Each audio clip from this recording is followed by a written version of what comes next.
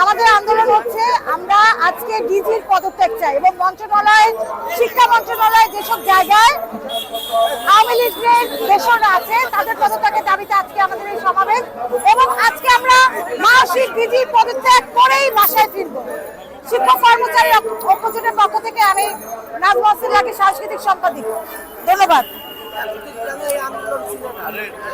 এতদিন আমরা ওয়েট করেছি, আমাদেরকে মূলা দেখিয়ে রেখেছিল। আমরা ভাবছি যে টাইম লাগছে, কারণ একটা 5ই আগস্টের পরে তো টাইম দিতেই হয়। আমরা অনেক টাইম দিয়েছি এবং আমরা অনেক আলটিমেটাম দিয়েছি, আমরা অ্যাপ্লিকেশন করেছি, আমরা এই দাবি অনেকবার জানিয়েছি, কিছু হচ্ছে না।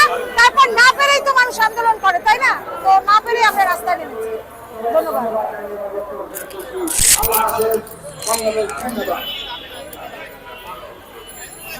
এখানে বক্তব্য নিয়ে আসছেন